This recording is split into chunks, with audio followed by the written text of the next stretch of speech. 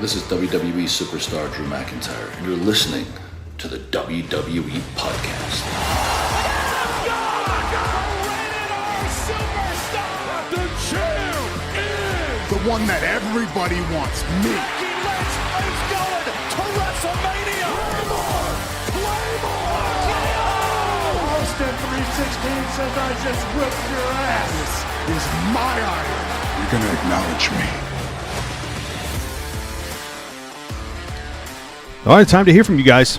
Time to hear from all of you from the ether, I guess, depending on where you are, anywhere in the U.S. or abroad. Time to get your voices on the show, not just in text, but of course, we might have a voicemail or two to share as well, and we're going to get to that in a moment. But I would like to welcome you to the show, and if you're brand new and you want to participate on the mailbag, you can do that by emailing us at mailbag@wwepodcast.com. If you're a patron, you get priority support, so to speak, but really placement is probably a better word.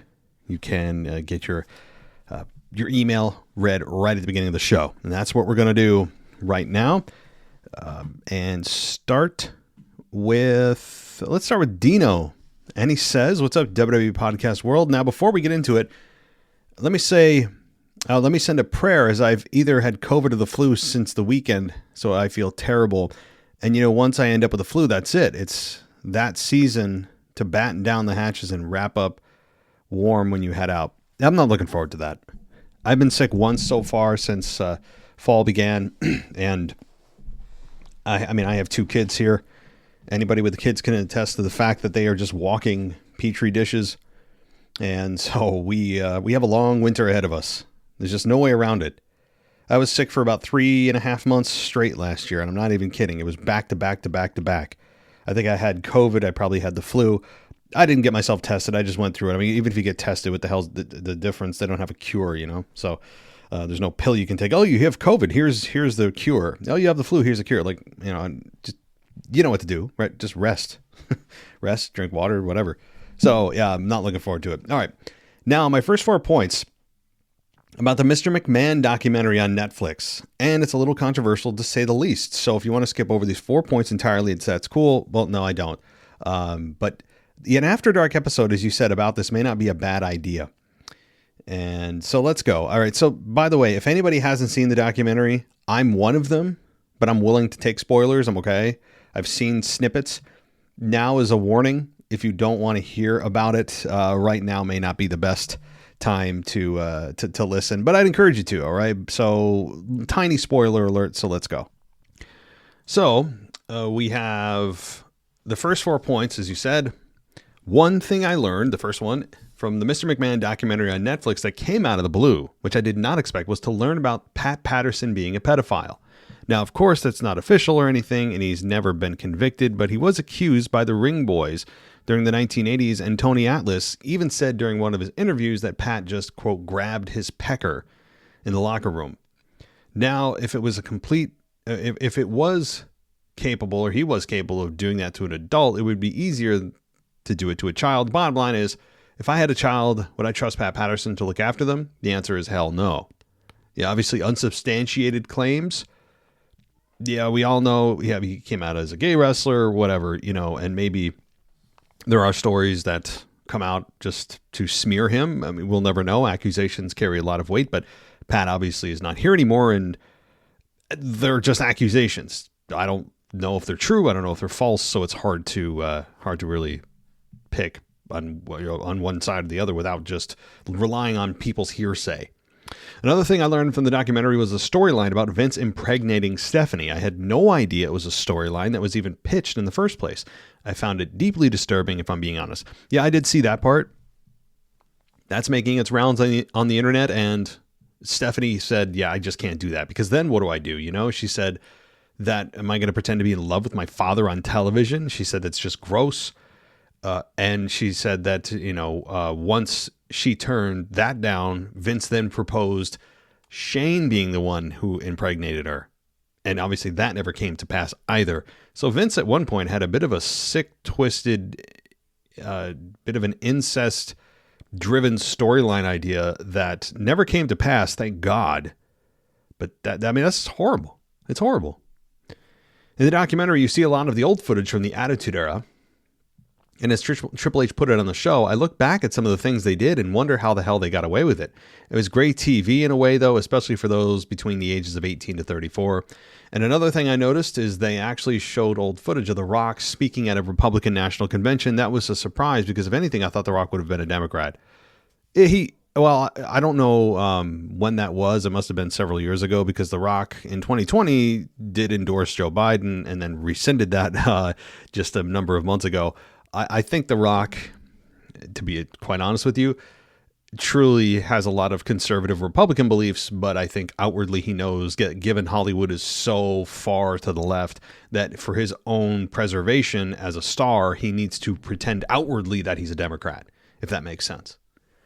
So, moving on though, I'm only bringing up politics because someone did here. Okay, guys, I'm not going to dive into it. That's for my other show if you want to take a listen, which I'll be dropping a new episode probably tonight. It's called The War on Truth. Take a listen. It's available everywhere that this show is. And in regards to you saying the Raw review that no one gives a damn about the women's tag team divisions, and if they do, they're lying. Well, I actually did when the Unholy Union were tag champs. I had a legit interest and was hoping that they were finally taken seriously, and my hope grew more that the longer the Unholy Union held the titles, until WWE proved once again they don't care about the women's tag championships. So that's when I decided to go back to not caring either. So, yes, that's why no one cares, because WWE doesn't care. And you may have had glimpses of, wait a minute, no. That's what you had. You had a fleeting moment. You had an illusion. Right? And until WWE consistently shows us that they can care and do care, why should the fans? You're a perfect example of that, Dino. I want to care, but they give us reason time after time after time not to. I said it last week and I'll say it again. Reed versus Strowman deserves to be on a PLE. This match deserved to be concluded at Bad Blood with the absolute destruction, carnage, and chaos that it's going to be involved in this. And I'm of the opinion this deserved to be wrapped up at Bad Blood because it's going to be a hell of a match. In fact, it's going to be an absolute banger, and I can't wait to see it. Also, it's funnily enough a match I'd happily pay to see, so yeah, I can't wait. Bring it on. Yeah, they've caught lightning in a bottle here, but as I've said, it's a bit of a short-term program because there's not going to be anything deep going on here. They're not going to cut super intricate promos. This is all about destruction. So it's fun. It's a big flash in a pan, and it'll be remembered, but at the same time, it's not going to be anything that's long-term. So finally, yeet. I'd just like to finish by telling everyone how proud I was this past week of one of my current favorite stars, Jey Uso. Man, he deserves this. The man has worked his ass off for over a decade, and now he's finally arrived and established himself as a singles competitor and is reaping the rewards for his hard work. I'm proud of you, Us. Onwards and upwards to bigger, better things on Raw, even while being involved with the Bloodline on SmackDown at the same time. Who knows what's next? World Heavyweight Champion, maybe? Who knows? Over and out. Thanks, buddy. And yeah, I mean, Jey Uso does deserve it. The timing is very suspicious. And I mean, it's very suspicious. I don't hate it. It's just, I don't know how they're going to navigate these waters of Jey being IC champion and at the same time rejoining the Bloodline. Assumingly, I have to say that because it's not official, but it would make no sense if Jey didn't. So, yeah. All right. Let's continue here with another patron, or Mr. DJ Kuzmo. He said, so what's everyone's thoughts on Joe Tessitore after just 3 weeks of being on the new commentator for Raw? Before anyone could answer, I got to say that I like Joe. I like his energy and his level of enthusiasm for the matches. Obviously, he's not a Michael Cole wannabe like Kevin Patrick. Yeah, that's true. And given more time, Joe, in my opinion, will excel as a commentator for Raw. Some fans may not like his style, while others, like me, like his style of commentating. It's all subjective. Monday Night Raw of the last years have had some failed experiments with guys like Adnan Virk. Oh, that's who it is. I couldn't remember the name. Yes, he was terrible. Jimmy Smith, yes, agree, terrible. And don't forget Kevin Patrick, who at times sounded like he was out of breath. Yes, all three of these guys, by the way, DJ, I have no good memories of. None. So totally agree. And hopefully this team of Wade and Joe Tessitore continues on Monday night when they move to Netflix. As the saying goes, if two's a company, three's a crowd. What does that mean when Pat returns to WWE after college football season? Good question. I don't want 3, but they probably will do 3. I'm a big fan of 2. 2 is enough to direct traffic, and 3 is too many voices to listen to. 3 is just infinitely more than 2 when it comes to commentary. But if Joe continues to succeed, I could see easily just having 3 men at the booth. I don't want it, but they probably will. One final thing to mention, Brad made a good point last week on the voicemail portion when he mentioned that Roman's new entrance doesn't have any build. I just don't understand why the change was made to Roman's theme music. The version sounds flat with no build to the music to get the crowd amped, but I guess only a few of us fans noticed this issue. By the way, if the rumors are true and Heyman is not returning to align with Roman, who do you think Paul Heyman will align with next? DJ Kuzma signing off. Well, that's a good question. I have no idea who Paul Heyman would return with and help. There's really no one else. Who is Paul Heyman going to come? Beyond, not only is there no one else that makes sense, but if he comes back and helps somebody else, everyone's going to say, well, what the hell are you doing? Roman, you just got beat up and attacked. Remember you guys had your wise man get beat up and then he's going to return and help somebody else? It makes no sense. I don't buy those rumors at all that Paul Heyman's returning to help somebody else or manage somebody else. It makes absolutely no sense. 0.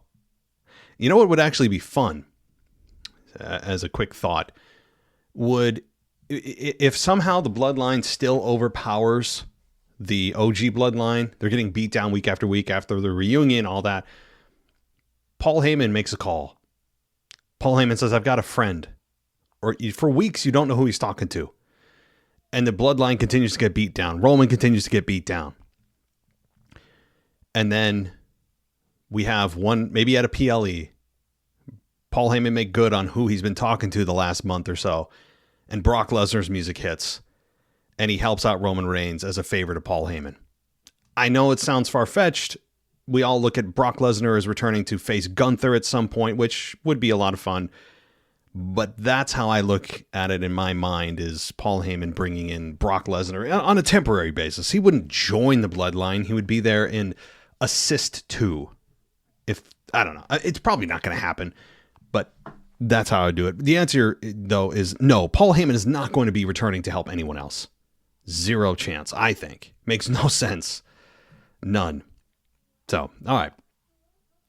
Let's continue with another patron. I know we do have a few of you who have messaged me directly in the system here, and a couple direct messages. This is from, let's see here, Arturo. He says, AJ here. AJ. With Jay winning the IC belt, I have a feeling that the upcoming Crown Jewel PLE in October, Braun will get his rematch and win due to Bloodline interference. This will be the reason why Jay will eventually rejoin forces. That's smart. Yeah, I am not a proponent of hot potato. But if you're going to give Jey Uso a reason to rejoin the Bloodline, I like that. Maybe that's how they do it, with some kind of interference from, I don't know, somebody in the Bloodline, Solo's Bloodline, that costs Jay the match, which does bring him back. Now, you could also argue that having Jimmy come back and get his ass kicked week after week, since they're brothers, they've already had their terrible match at WrestleMania, that they have mended the fences and blood is thicker than water, and Jay will come to the defense of his flesh and blood Jimmy. I think that's more likely, but you're right. They could take that road as well, where he goes right back to Braun Breaker, and Jey Uso does now have a reason beyond Jimmy Uso to help Roman, because now they have a common enemy. So, all right. And Jeff, you asked if it's too late to do a mailbag. How about this?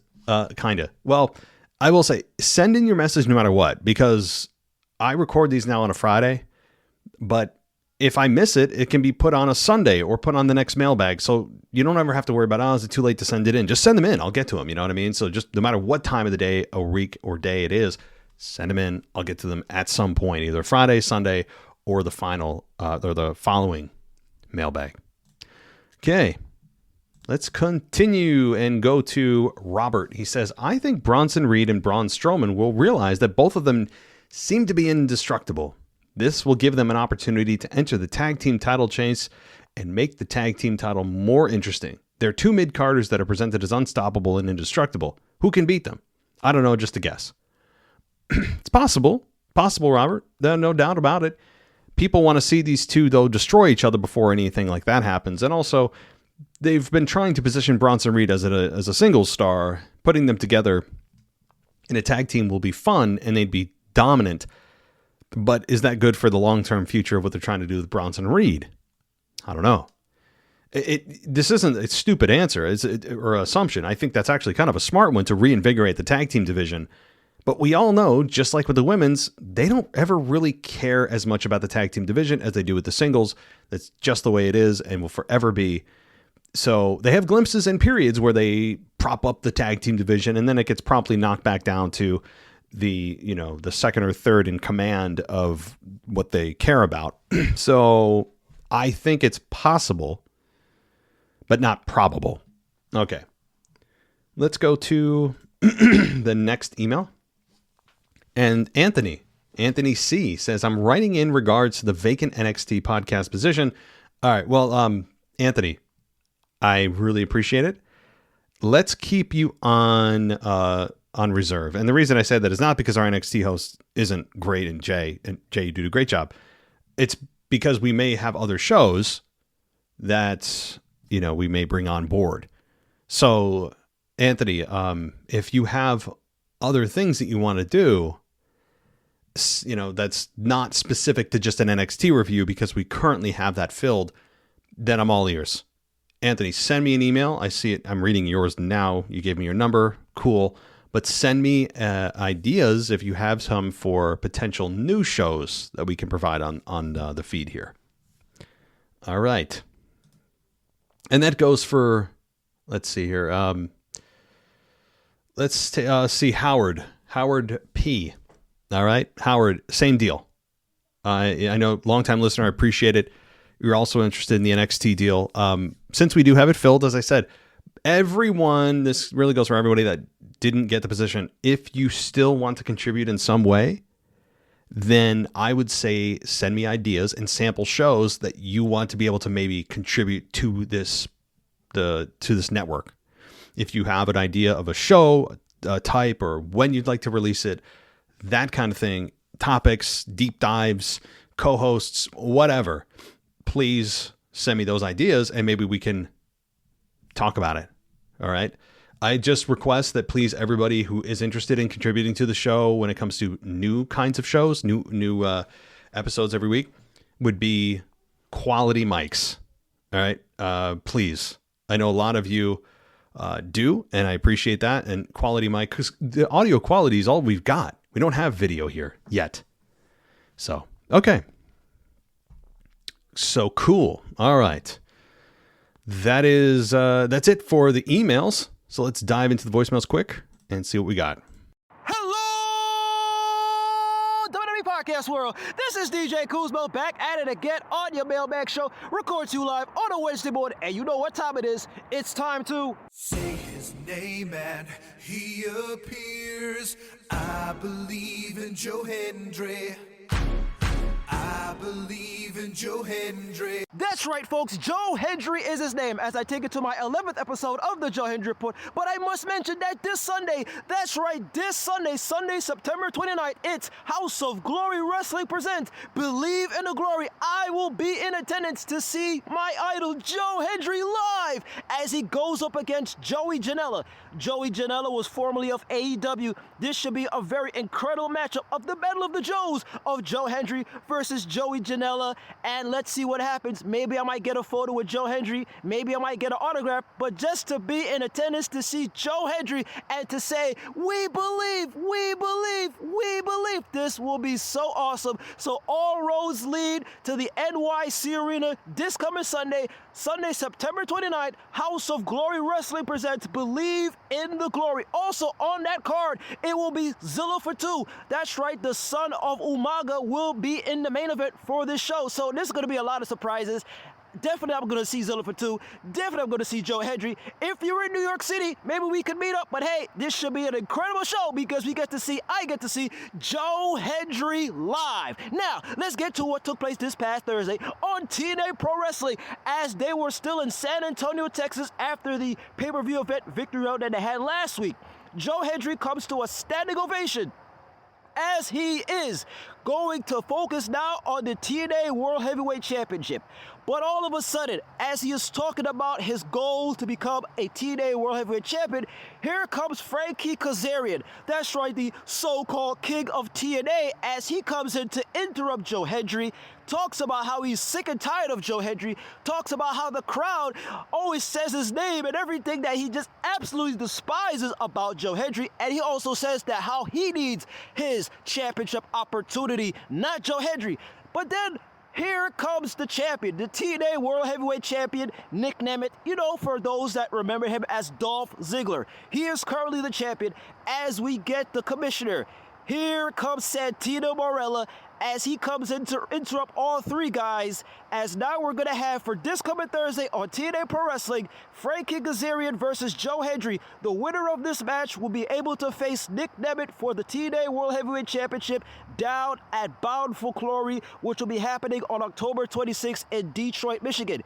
Can Joe Hendry be the one to get the victory to challenge Nick Nemeth for the championship on October 26th at Bound for Glory? Let's see, as this could be the time for Joe Hendry to move up to another level as a TNA World Heavyweight Champion. So with that being said, always remember to say his name, believe, and most importantly, remember the words that Joe Hendry always says: anytime, any place, and any show. And most importantly, remember to do this. Wave your hands from side to side and say, oh, I believe in Joe Hendry. Joe Hendry is so prestigious. Once again, this is your guy, DJ Kuzmo. Have a blessed week. Be kind to one another. Stay safe, my friends. Believe and peace. DJ, good to hear from you. As always, good to hear about what's happening with Joe Hendry. Those of us that aren't following his career intimately, he's taken a bit of a detour. We all think everything's just NXT to the main roster, and that's not the case here. You know, you got TNA involved, other focuses. You know, you want people totally ready before they come to the main roster. You don't want to just, just shoot them up there with no plan. And if you feel that they're not ready yet, and maybe he is, maybe he isn't, but it's nice to see that they're taking their time with him, getting fans to know who and what he is, establish a base, fan base. Does that make sense? A fan base, and that's what they're doing. And it's really cool to hear what he's doing, and cool to hear from you, DJ. And hope you enjoy everything, and we will be talking next week. Let's continue. Hey, it's Kyle from Baltimore. So I want to iterate my thought process about Survivor Series again, about the War Games match stuff, about the Bloodline stuff. Now, let's just say, I didn't make this call before Raw tonight, so who knows, but let's just say that Jimmy came back tonight and attempt to help Jay, but failed, of course, or whatever, because I do think Raw's rotating tonight. But it's just, my question really is there enough time to build that up properly for between, if it's going to be a War Games match? Because usually throughout the last two War Games, it kind of headed into the summer. And whoever it was, I got to think back to Judgment Day and Rollins and whatever, stuff like that. That lasted in the summer last year till War Games in November. Same thing with Damage Control and, with Damage Control and Bianca Belair 2 years in a row. It started throughout the summer and it ended in November. So whatever's going to happen again I just don't know if there's enough time to tell the story properly with Jey Uso reunited with Jimmy and Reigns that quickly. And honestly, if that happens, will people be okay with that? Who will be satisfied with that? In a couple of weeks notice in a couple of weeks of forgiveness, you would think that will take a little bit longer, a couple of months, you would think. So I don't know. I just don't think that's why I'm struggling to come up with a fair argument of being a War Games match involving the Bloodline. But like you said, last week, Reigns is the biggest star of the company. They want to have him on the show. Which I think they will be. I just don't know if they're going to be inside the War Games match itself, because there's been no indication. There's been nothing. Jay has said nothing about what's going on over on SmackDown. So neither has Roman either. So I'm just struggling to come up with an idea of a War Games match between the Bloodline and when there's been no interaction with either of them for months. So that's just where I've come up with. Maybe something will change tonight, but that was my main point from last week. So I wanted to clarify a little bit more. But that's it. Thanks for my call. Bye. All right, Kyle. Well, that's a good point. It does seem like they don't have enough time, but do they? I mean, they rush stuff a lot. This one is one that you don't need a ton of time to build. Everyone understands the story. They don't need a foundation because everyone understands who and what everyone is, and we're all waiting for it to happen anyway. It's not like it's going to come out of left field. There's not a ton of story that needs to be told. There's not a lot of promos that need to be cut. I mean, outside of the eventual maybe piecemeal reuniting. Jimmy probably coming back first, Paul Heyman in tow, Jay comes back next, eventually maybe Sami Zayn comes in and the oddball Brock Lesnar. But also, having Jay win the Intercontinental Championship does throw a lot of the fans off the scent, off the trail, as I said on Monday Night Raw, because it's something no one expected. Many people with Braun Breaker just winning it 50 days ago thought, well, he's on a run, it'll go towards maybe to WrestleMania. And they're trying to establish a new star, and he's seemingly benefiting from being the IC champion. And then you have Jay, who hasn't been a champion, a single star ever in WWE, which is mind-blowing. And yes, he deserves it, and it should be a big moment, but is it really going to come at the sacrifice of Braun Breaker right now?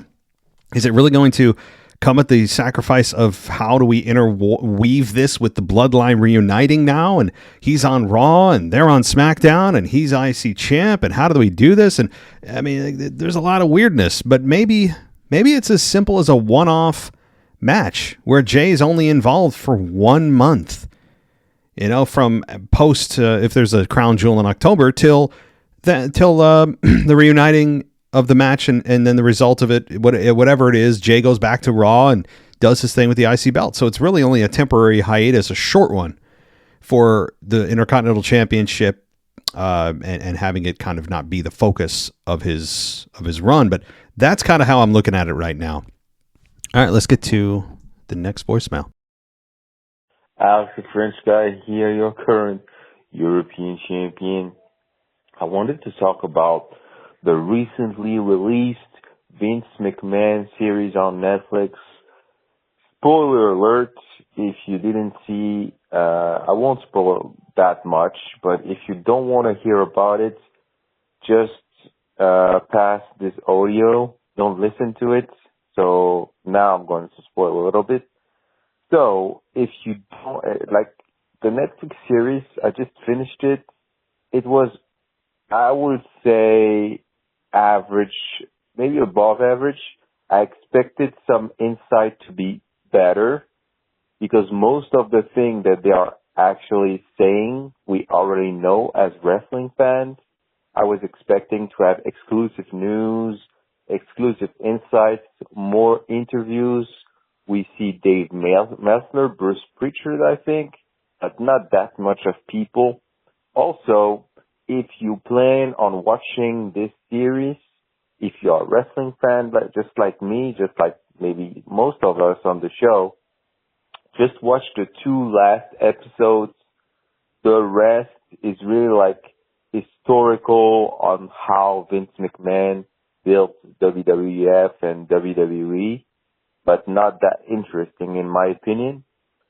I would say like the whole goal of the series to depict Vince McMahon as this gigantic promoter, but as also someone that is humanly not good, that is responsible for, hush money and those things.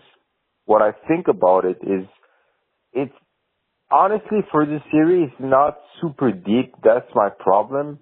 They didn't go into like specifics.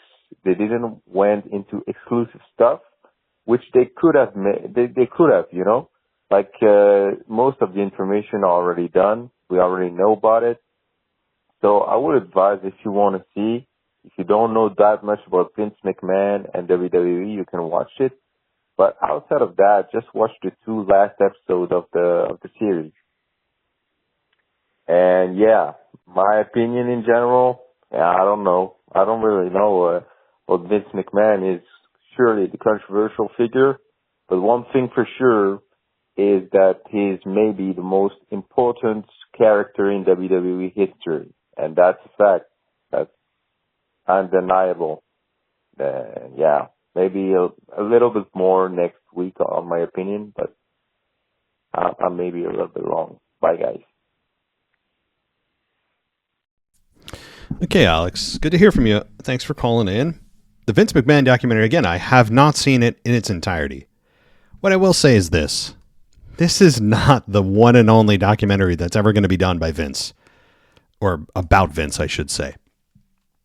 Nor is it the last one I think Vince will participate in before he dies. I think that there will be another one, and maybe one that's more introspective, more on the specifics, more on the breaking news. I think there will be.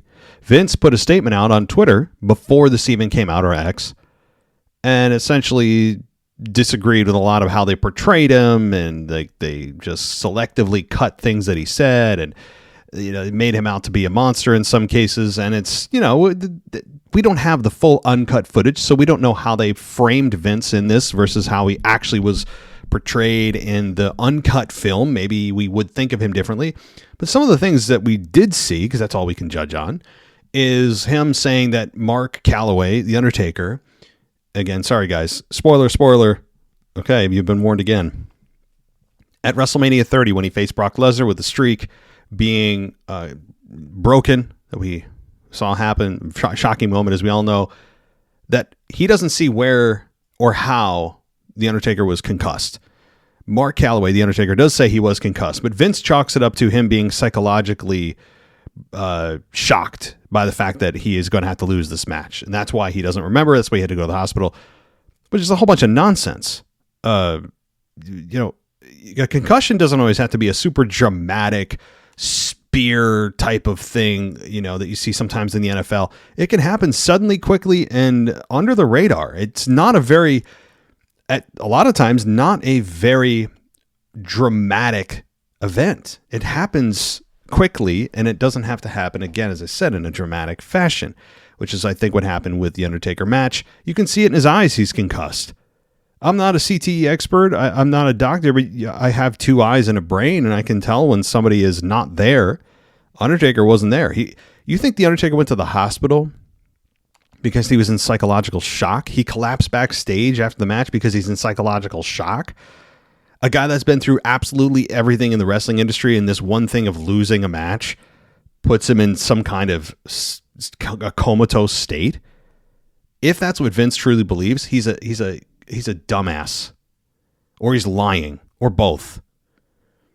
Also, the other thing I did notice with that whole deal was Stone Cold Steve Austin and him talking about how he doesn't really believe in CTE. He's not a CTE guy, meaning he doesn't believe anything that CTE has to offer. I love Steve. Big fan. He's what got me into wrestling, and still to me is this day the best of all time. I have to disagree with him on this. There is a lot of science to back up CTE. A lot of studies have been done. CTE is just kind of, as they would say, settled science at this point. I mean, it's still evolving. There's still things we don't know about it. But for Steve Austin to say he's not a CTE guy, that's like saying, well, I'm not a cancer guy. I don't believe in cancer. Cancer's not real. CTE is pretty well documented. Don't tell that to Chris Nowinski. He also appeared in the documentary. Or Brett Favre, for that matter. A lot of guys in the NFL or professional sports, professional contact sports in general, don't tell them that. So I really disagree with Steve on that point. The CTE stuff. Like, who's to gain if CTE is BS? Who exactly is gaining here? Who's the winner if it's a bunch of BS? What's the motive? So I am on the opposite side, and there's a lot of stuff I disagree or agree with, rather, with what Stone Cold says and his views on things. I agree with almost everything he talks about. This one was weird, and he's saying, well, if you're getting a bunch of concussions, you're not doing it right, which is true, but concussions happen. If you're getting them consistently, then yeah, you don't know what the hell you're doing. But even professionals like Undertaker there are times he's been concussed. Even Stone Cold has been concussed. As he said, the 1997 incident with Owen Hart, he got concussed there. He also got concussed at the 1998 SummerSlam at Madison Square Garden against The Undertaker, the Highway to Hell. He got knocked out. So, those are just two off the top, on top of other ones that he may not even know he got concussed. Concussions aren't always the same. Not every concussion is, I guess, drawn the same. Not everyone has the same reactions to concussions. There are varying degrees of concussions. You can still even work through one. I mean, sometimes you can't. Sometimes you get knocked out. Sometimes it's deadly. But you can work through some of the ones. You can have one occur to you in a match and still compete, which is what The Undertaker did in the match with Brock Lesnar at WrestleMania 30, 11 years ago. That's what happened. And he continued to work, but it messed with his memory because he couldn't remember a lot of the match. Or any of it, as he said. And it wasn't psychological shock that Vince told him he was going to lose the match. That's nonsense. That's just a bunch of... it's unbelievable. So that part of it is just ridiculous. But, all right. Well, I'm going to wrap it up there. I appreciate everybody calling in. If you want to check out my other show, The War on Truth, I'll be dropping a new episode sometime tonight. And it's political and cultural in nature, so not wrestling. But if you like that kind of stuff, it's available to you. And check it out there on everywhere that you can find podcasts. Also, we offer ad-free everything over at patreon.com/WWE Podcast, or Apple Podcasts also offer ad-free. Thanks, everybody, for listening. Talk to you next time.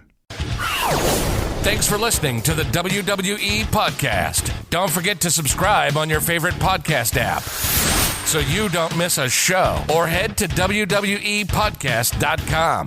And for all of these shows ad-free, head over to patreon.com/WWE Podcast. Until then, we'll see you next time.